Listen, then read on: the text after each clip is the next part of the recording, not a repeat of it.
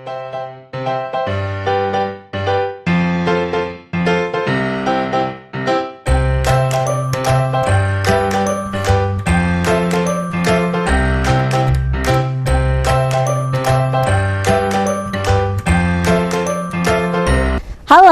Assalamualaikum warahmatullahi wabarakatuh. Selamat siang anak-anak. Kali ini pembelajaran IPS bersama dengan Ibu Aai Nurhayati. Pembelajaran hari ini kelas 7 SMP semester 1 tentang interaksi sosial dan lembaga sosial. Baiklah anak-anakku, tujuan belajar interaksi sosial, barangkali anak-anakku harus tahu. Kenapa kita belajar interaksi sosial? Tentunya karena kita adalah sebagai makhluk sosial. Berhubung kali ini masih situasi COVID-19, jadi anak-anakku masih harus belajar di rumah. Baik, kita lihat. Anak-anakku harus sampai bisa menganalisis dan menjadi siswa-siswi yang bisa bersosialisasi di masyarakat dengan teman, dengan saudara, ataupun dengan orang tua dan juga tetangga. Ya, yang pertama, materi dari interaksi sosial adalah kita lihat pada gambar berikut ini. Ya, di situ terdapat ada interaksi individu dengan individu. Barangkali anak-anakku sekarang karena di rumah tentu tidak melakukan hal ini, tapi tidak apa-apa. Ya, yang jelas anak-anakku kan masih bisa say hello melalui handphone ataupun melalui messenger. Di sini terlihat ada dua anak yang sedang bersalaman.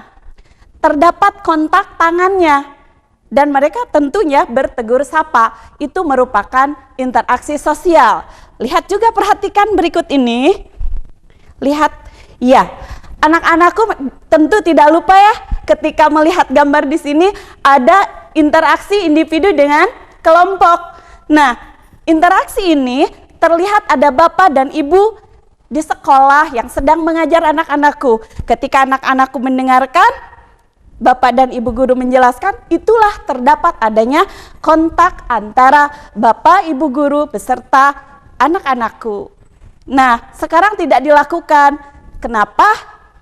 Ya, situasi di negara kita ini sedang seperti ini. Anak-anakku juga sudah tahu. Berikutnya, coba perhatikan gambar berikutnya. Ya, di situ terdapat interaksi kelompok dengan kelompok. Lihat, perhatikan gambar. Anak-anakku pasti ketika masuk sekolah sering ya melakukan hal ini.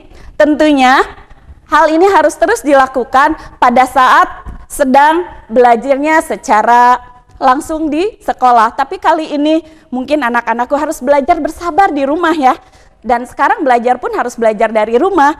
Tapi tidak apa-apa, anak-anakku masih bisa belajar walaupun melalui media visual seperti ini. Iya, baik anak-anakku, jika memperhatikan gambar-gambar yang barusan, berarti apa yang disebut dengan interaksi sosial? Hayo, ada yang tahu? Berarti apa dong syarat interaksi sosial itu? Ada yang tahu nggak di rumah? Hayo. Iya, betul sekali. Jadi dari syarat interaksi sosial itu tentunya harus ada apa? Harus ada kontak sosial, yaitu berupa komunikasi. Komunikasi kan bisa dilakukan secara langsung ataupun tidak langsung. Tapi sekarang belajar pun tetap anak-anakku tidak akan lupa insya Allah. Kenapa? Karena melalui daring ini kita masih bisa berjumpa. Ya, jadi definisi interaksi sosial itu apa ya? Ada yang tahu? Lihat.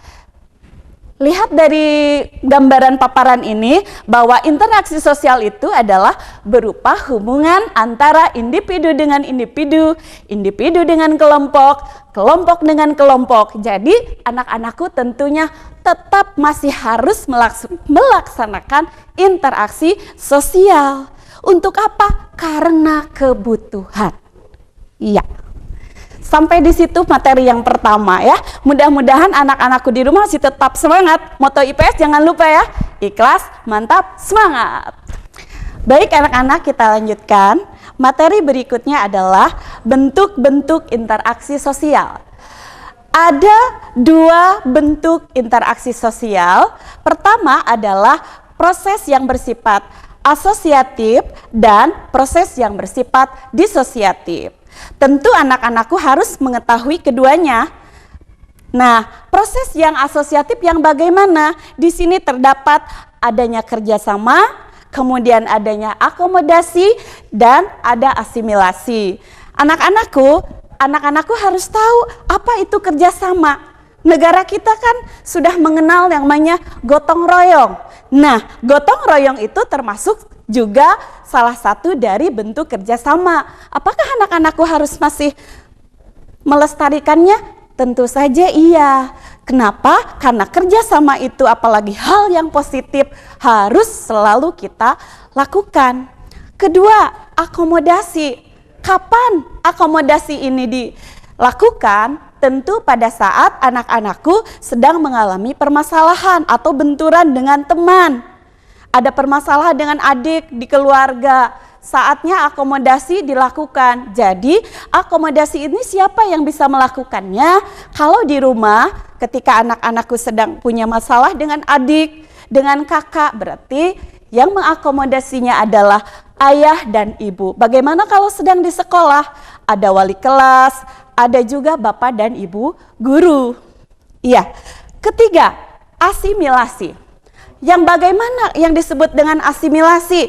Anak-anakku barangkali pernah melihat di Indonesia atau lagi jalan-jalan pada saat sebelum Covid kan pasti suka jalan-jalan shopping gitu ya, ke kota atau ke mall, barangkali berjumpa dengan orang-orang Cina. Orang-orang Cina kan bukan orang Indonesia, atau ada orang Amerika, orang Barat yang bule. Tentu bukan orang Indonesia juga, tapi asimilasi di sini bagaimana? Mereka orang Amerika pandai berbahasa Indonesia, mereka orang Cina pandai berbahasa Indonesia. Nah, itulah yang disebut dengan asimilasi. Jadi tidak usah heran, asimilasi akan terbentuk manakala masuknya budaya atau adanya percampuran dua budaya. Kita lanjutkan anak-anakku. Yang kedua tadi, yaitu proses disosiatif. Disosiatif ini cenderung negatif, tapi tidak semuanya negatif. Seperti halnya kompetisi atau persaingan. Anak-anakku tahu tidak, persaingan kan sangat dibutuhkan, kompetisi juga sangat dibutuhkan. Anak-anakku di kelas kan bersaing juga. Ketika pertandingan sama bersaing. Mau itu bola voli, mau itu sepak bola, semuanya butuh persaingan dan adanya kompetisi supaya anak-anakku bisa berprestasi. Apa sekarang karena COVID-19 anak-anakku tidak ada persaingan? Tetap saja ada, kan anak-anakku walaupun belajar di rumah tetap saja dinilai oleh bapak dan ibu gurunya, sehingga kompetisi tetap dilaksanakan. Oke, berikutnya. Yang berikutnya adalah kontravensi. Anak-anakku bagaimana yang kontravensi? Nah, yang kontravensi ini sering terjadi manakala ada perbedaan pendapat. Misalnya anak-anakku dengan teman, beda pendapat. Yang satu pingin seragam warna biru, yang satu lagi ingin seragam warna coklat. Nah, biasanya ada benturan perbedaan, ini bisa jadi konflik juga. Tapi tidak masalah, karena perbedaan pendapat hal yang biasa. Tinggal apa? Saling menghargai, saling menghormati. Nantinya tinggal musyawarah, mana yang terbanyak, itulah yang bisa diputuskan oleh anak-anakku. Nah, yang tidak boleh dilakukan adalah manakala ada perbedaan sampai menimbulkan peperangan atau konflik. Seperti apa misalnya? Kan baru-baru ini ada berita di TV kelompok Nuskay dengan John Kay terjadi perperangan yang tentu saja hal tersebut menimbulkan akibat yang sangat negatif. Anak-anakku jangan ditiru, apalagi sampai pelajar dengan pelajar melakukan tawuran. Nah, di sini terdapat gambar, anak-anakku tahu ya, ini kerjasama. Tampak di sini ada mereka yang sedang gotong royong membersihkan jalan. Tentunya membersihkan jalan hal yang positif. Bukan hanya membersihkan jalan, boleh membersihkan masjid bersama, membersihkan kelas bersama, ataupun membersihkan rumah secara bersama-sama antara ayah dan ibu beserta anak-anakku di rumah, ya. Silahkan itu dilakukan terus.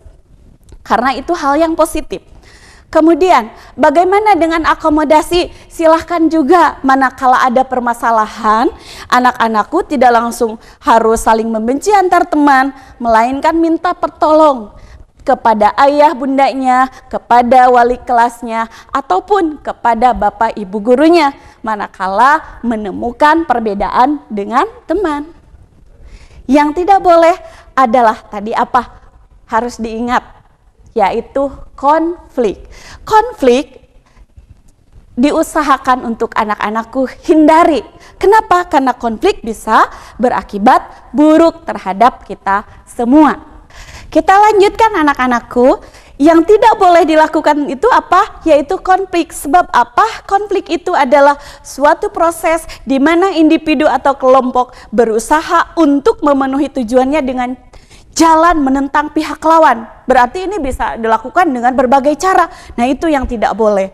Jadi, tolong anak-anakku meskipun sekarang sedang situasi seperti ini, kita tidak boleh menggunakan Facebook, Messenger, atau untuk apa? Ya, untuk melakukan konflik, misalnya melakukan status yang tidak baik, ya, sehingga ada yang tersinggung sama kita.